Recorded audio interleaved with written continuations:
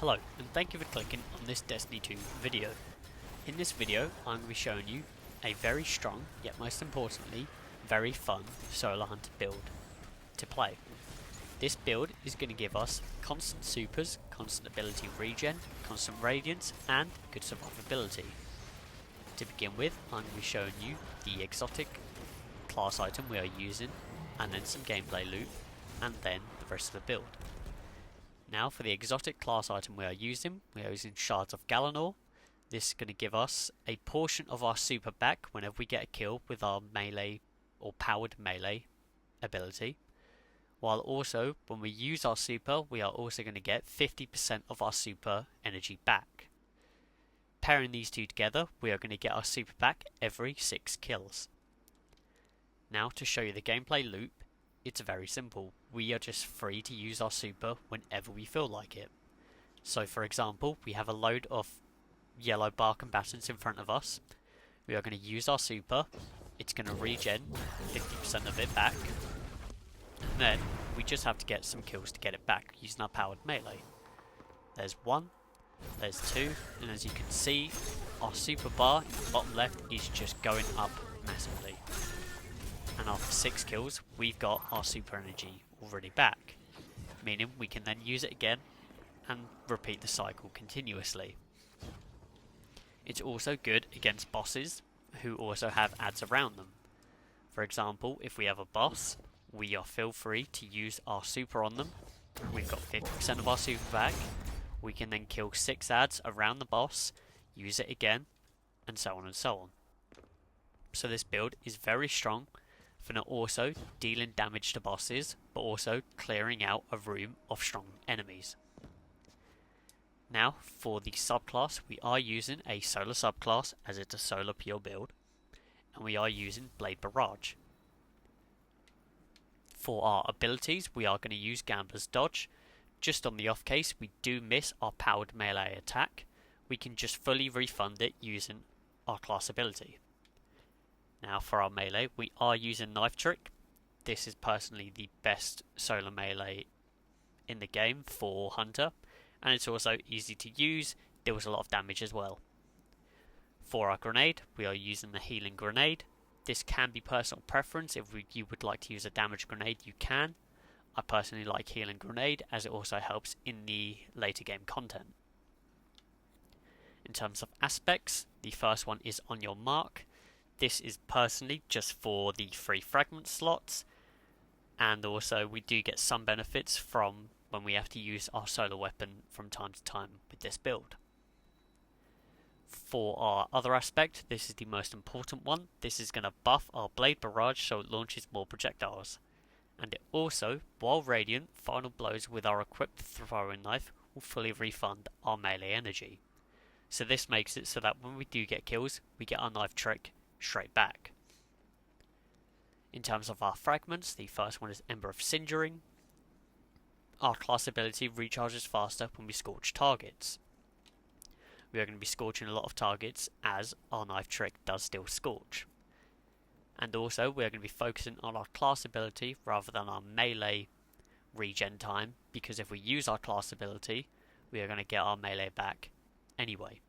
So our main focus for our regen is going to be our class ability. For our next fragment we have Ember of Solace. Radiant and restoration effects will have an increased duration, simple enough. Our next one, Ember of Torches, powered melee attacks, makes us radiant, again simple enough. We're going to use our powered melee loads, we're going to be radiant when we do that. We're pretty much going to get constant radiance, as well as it's also increased duration. For our next one, Ember of Combustion. Final blows with supers causes targets to ignite, and also creates a fire sprite. A fire sprite is going to give us our grenade energy back as well. So we've got our class ability regen, our grenade ability regen from fire sprites, and our melee ability regen from our knock 'em down aspect. And for the final one we have Ember of Ashes. This is going to apply more scorch stacks to targets, meaning we get ignitions quicker, dealing more damage. For our class item, again it's the Shards of Galanor, we've already seen this. For our weapons, For the primary, you can use anything. I recommend the Mint Retrograde. It's a pulse rifle, so it deals with barrier champions, and it's also very powerful at the moment. For our secondary or energy weapon, I like using the Sunshot hand cannon. It's great for ad clear, deals good damage, and it also deals with unstoppables this season. However, if you don't want to use this, you could also use No Hesitation. You could use Year-Tide Apex, the new hand cannon from the Arms Race event, or even the Nullify pulse rifle from the raid. This energy weapon is mainly just for ad clear and also getting us radiance from the artifact perks this season. In terms of our heavy weapon, I recommend a solar heavy weapon, as we've got solar surges on our mods. So using a solar heavy weapon is just going to have a bit more damage than using anything else. I personally like using the Apex Predator. I've got this assembled and I've got a perfect roll for it, but you can use any solar heavy weapon you want. This is just my personal preference. In terms of the artifact for this build, the first column is all personal preference, the second column is all personal preference again. For the third column, Fever and Chill is a must. Rapid precision hits with solar weapons is going to give us radiance. This is just another way to ensure that we have radiance all the time. For the fourth column, Cauterized Darkness can be good if you've got someone on your fire team running Stasis or Strand. As this is a solar build, we will deal more damage to them targets. Another one, Shoulder to Shoulder. This is going to give us more damage resistance when we're near 2 or more allies. For the final column, Radiant Shrapnel is a must, dealing sustained weapon damage while radiant, which we should be all the time, or defeating a scorched combatant with a weapon will cause the damage to release solar projectiles. This is going to help with dealing chip damage to them big targets while also helping with ad clear. And for the final one, Shield Crush, while we are amplified or radiant, which we will be all the time, our grenade is going to recharge faster. This is going to give us more grenade recharge time, meaning our healing grenade for me is going to recharge a lot more, meaning it's going to help me in them tough situations better. In terms of our stats, I would highly recommend you focus on super. As we're going to be throwing out our super all the time, we might as well get the most out of it by getting more damage from it. And also focus on melee. We want to make sure our melee comes back as quick as it can, but also deals more damage, as we don't want to end up throwing our melee at a target and leaving them at a tiny percentage of health. We just want to ensure that whatever we throw our melee at, we're going to get the guaranteed kill, so we get our melee energy back and also get the super energy replenished.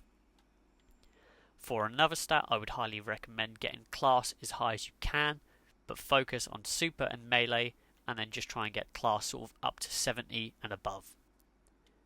In terms of our mods, for the helmet we have the hands-on mods, 2 of these, and a solar siphon.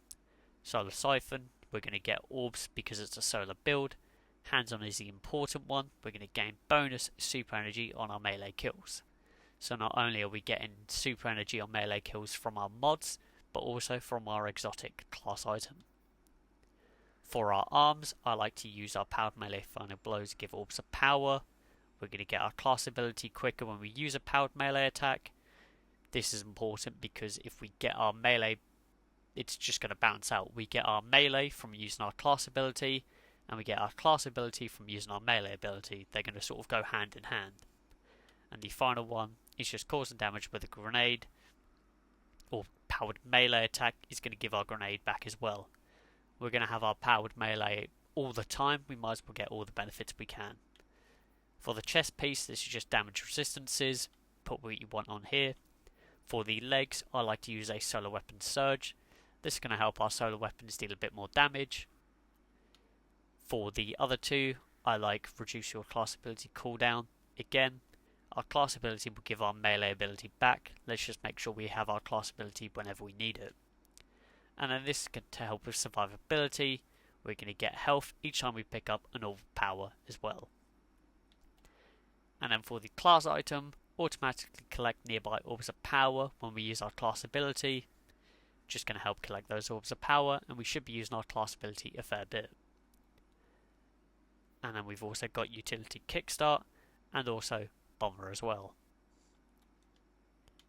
That is pretty much everything with this build. It's a very strong build, it's very fun to use. Most importantly, being able to just throw out your super constantly will have your teammates sort of in shock because they won't see anything like it. Just being able to throw out a blade barrage every 6 kills is kind of breathtaking, to be honest, and it also deals very great damage. Hope you enjoyed the video. Thank you very much.